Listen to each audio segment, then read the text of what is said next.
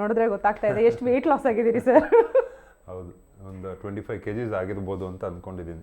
Okay, ಅದೇನಾದ್ರೂ minus ಆಗ್ಬಿಡ್ತಾ sir ಮನೆಯಲ್ಲಿ ಅಂದ್ರೆ weight loss? Minus ಆಗಿದ್ದು ಅಂದ್ರೆ ಊಟ ಇಶ್ಯೂ ಆಯ್ತು ನನಗೆ. ಯಾಕಂದ್ರೆ ಗೊತ್ತಲ್ಲ, ಒಂದು ಅಥ್ಲೀಟ್ ಅಂದ್ರೆ ಡಯಟೇ ಬೇರೆ ತರ ಇರುತ್ತೆ. ಅಲ್ಲಿ ಹೋದಾಗ ಸ್ವಲ್ಪ ಊಟದ ಇಶ್ಯೂ ಆಯ್ತು, ಬಟ್ ಹೋಗ್ತಾ ಹೋಗ್ತಾ ಅಡ್ಜಸ್ಟ್ ಆಗ್ತಾ ಹೋಯ್ತು. ಯಾಕಂದ್ರೆ ಒಂದು ವೀಕೆಂಡಲ್ಲಿ ಸುದೀಪ್ ಸರ್ಗೆ ಹೇಳ್ತೀನಿ, ಸರ್ ಅದೇ ಬಾಡಿ ವೇಟ್ ತುಂಬ ಕಮ್ಮಿ ಆಗಿದೆ ಅಂದಾಗ ಸುದೀಪ್ ಸರ್ ಹೇಳ್ತಾರೆ, ಅದ್ರ ಬಗ್ಗೆ ತಲೆ ಕೆಡ್ಸ್ಕೊಬೇಡ, ತುಂಬ ಚೆನ್ನಾಗಿ ಆಡ್ತಾ ಇದೆಯಾ, ಆಟದ ಬಗ್ಗೆ ತಲೆ ಕೆಡ್ಸ್ಕೊ ಅಂತ. ಅಲ್ಲಿಂದ ಮತ್ತೆ ಅದನ್ನ ತಲೆಯಿಂದ ಎತ್ತಾಕಿ ಮತ್ತೆ ಆಟದ ಬಗ್ಗೆ ಗಮನ ಕೊಡ್ತೀನಿ.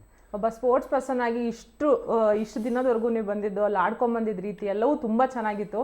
ಎಲ್ರಿಗೂ ಹೆಂಗಂದರೆ ಮ್ಯೂಟೆಂಟ್ ರಘು ಅವ್ರು ಹೆಂಗಂದರೆ ಅದೊಂದು ಮೆಚುರಿಟಿ, ಅದೊಂದು ಕ್ಲಾಸ್, ಅವ್ರ ಡಿಸಿಷನ್ ಏನಿದೆ ಜನಗಳಿಗೆ ಎಲ್ರಿಗೂ ಇದೇ ಥರ ಇದ್ದಿದ್ದು. ಅಷ್ಟೇ ಅಲ್ಲದೆ ತುಂಬ ಜನಕ್ಕೆ ಏನಿತ್ತು ಅಂತಂದರೆ ನೀವು ವಿನ್ನಿಂಗ್ ಕ್ಯಾಂಡಿಡೇಟ್ ಅನ್ನೋದೇ ಇತ್ತು ಸರ್ ಎಲ್ರಿಗೂ ತಲೆನಲ್ಲಿ. ಬಟ್ ಎಲ್ಲಿ ಮಿಸ್ ಆಯಿತು ಅಂತ ನಿಮಗೆ? ನಾನು ಡಿಸಪಾಯಿಂಟೆಡ್ ಆಗಿದ್ದೀನಿ. ಟಾಪ್ 6 ನಾನು ಟಾಪ್ 2 ಇಲ್ಲ ಟಾಪ್ 3 ಬರ್ತೀನಿ ಅಂತ ಇತ್ತು, ಬಟ್ ಗೊತ್ತಿಲ್ಲ.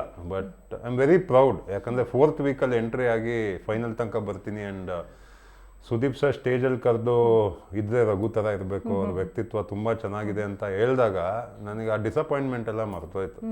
ಒಂಥರ ನಾನೇ ಕಪ್ ವಿನ್ ಆಗಿರೋ ಒಂದು ಫೀಲಿಂಗ್ ಇತ್ತು. ಯಾಕಂದರೆ ಸುದೀಪ್ ಸರ್ ಬಾಯಲ್ಲಿ ಅದನ್ನೆಲ್ಲ ಕೇಳೋಕ್ಕೆ ತುಂಬ ಖುಷಿ ಆಗುತ್ತೆ.